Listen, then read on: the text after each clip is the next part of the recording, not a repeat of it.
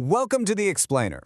So today we are diving into a really profound Mahayana Buddhist text to completely deconstruct reality as you know it. We're going to explore the concept of Keisik Wanfa Je Ru Huanxiang, basically deconstructing how all phenomena are in fact illusions. I mean, get ready to challenge literally everything you think you know about the world around you, your everyday struggles, and yeah, even your highest goals. Sound good? Let's jump right in.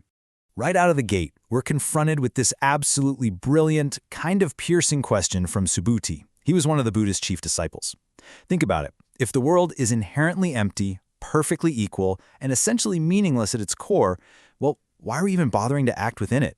Why strive to be a good person, or seek enlightenment, or help anyone else? It's like the ultimate existential roadblock, right? And you know, it's exactly where our journey begins today. Section 1. All phenomena are like illusions. To untangle this crazy paradox, the Buddha doesn't just hand out a simple yes or no. Instead, he gives us a masterclass in Socratic dialogue to dismantle our solid everyday assumptions about reality, step by careful step. Okay, first things first, we've got to redefine our core terms here. When we say emptiness, it doesn't mean everything just vanishes into some black hole of nothingness. Not at all. It simply means understanding that things don't inherently exist on their own. Everything you see, everything you feel, your whole experience, it only arises temporarily because a specific set of conditions came together. It's kind of like a rainbow. You can clearly see it, right? But you literally can't grab it because it doesn't have any independent, permanent substance.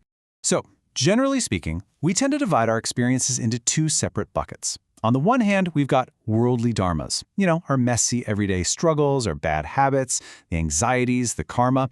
And then, on the flip side, we have unworldly dharmas. These are the absolute highest spiritual achievements, like nirvana or the profound wisdom of a Buddha. Now, we naturally assume that the worldly side is the illusion we're supposed to escape, and the unworldly side is the absolute reality we're trying to reach. But, well, hold on to your seats for this one. Because here comes the real mind-bending twist straight from the text. The Buddha tells Subhuti point blank, all dharmas are illusions.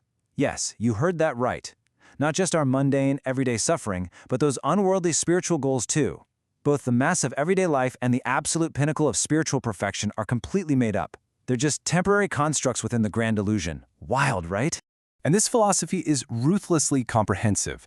Absolutely everything falls into these 6 buckets of illusion, from our worst afflictions and heavy karma at the bottom, all the way up through the different levels of enlightened beings, Shravakas, Pratyeka Buddhas, Bodhisattvas, and yes, even the Buddha himself. Why? Well, because anything that manifests, anything you can conceptualize or that takes a form, has a beginning and an end. And if it has a beginning and an end, well, it's part of the temporary, conditioned illusion. Which brings us to Section 2. Is nirvana also an illusion? This naturally leads us to probably the most shocking implication of this entire philosophy. I mean, Subhuti was just as stunned as we are. He essentially asked the Buddha directly, wait a minute, is the actual finish line of enlightenment itself a fake? Think about it. If we spend lifetimes doing good deeds and meditating just to reach nirvana, and nirvana turns out to be a mirage, what are we even doing? Is the ultimate state of liberation just another trick of the light? The Buddha's answer here is profound. He says anything with an arising and ceasing nature is an illusion. So, if you hold nirvana in your mind as this fixed concept, like some destination you travel to or a state you can just acquire, then yes, it is absolutely a magical trick. It's an illusion. But the text clarifies something really important. The Buddha sometimes teaches nirvana as a solid reality, just to comfort terrified beginners. It's basically the spiritual equivalent of putting training wheels on a bicycle, so people don't just run away in a panic. So let's look at Section 3, overcoming the fear of emptiness. Because when that safety net gets pulled out from under us, it naturally causes some immense existential dread. To help reframe this very real fear, the Buddha asks his students a highly precise, deeply grounding question. He asks, did things exist before and now they suddenly do not? I really want you to pause and think about that for a second. Are you actually losing a solid, permanent reality that you once possessed? The reassuring truth here is that emptiness isn't some tragic loss of the universe. Things were never inherently real to begin with. We are just finally waking up to how things always were. So you aren't losing your world. You're losing literally nothing but your own delusions. And honestly, you're losing the heavy, exhausting anxiety that comes with trying to hold on to them. Moving on to Section 4. Sadaprarudita his quest for Dharma. Because, how does one actually function in an illusory world? Let's shift gears to an inspiring narrative to see what living this truth actually looks like in practice. Meet our hero, the Bodhisattva Sadaprarudita. His name literally translates to ever weeping, mostly because he cried out of immense compassion for the suffering of ordinary beings. This guy pursued the ultimate truth so relentlessly that he completely ignored his own life, his physical comfort, and pretty much all societal norms. He didn't let the illusion of the world hold him back, and it definitely didn't make him apathetic. During his quest, he received these incredibly intense instructions from a mysterious voice in the sky. Step 1. Go east and don't look left to right. Step 2. Ignore hunger and sleep. So yeah, definitely no coffee breaks allowed for this guy. And step 3. Do not attach to your physical form, but don't purposely destroy it either. These precise, almost extreme commands were designed to radically break his deep-seated attachments to the illusion of his own body and his dualistic mind. But why? Why go through all this intense suffering for an illusion? Well, he called back to the sky, "I want to be a great light for all sentient beings, and gather all Buddha dharmas." You see, his motivation wasn't cold nihilism, it was immense, burning compassion. He wanted to wake up so he could help others wake up.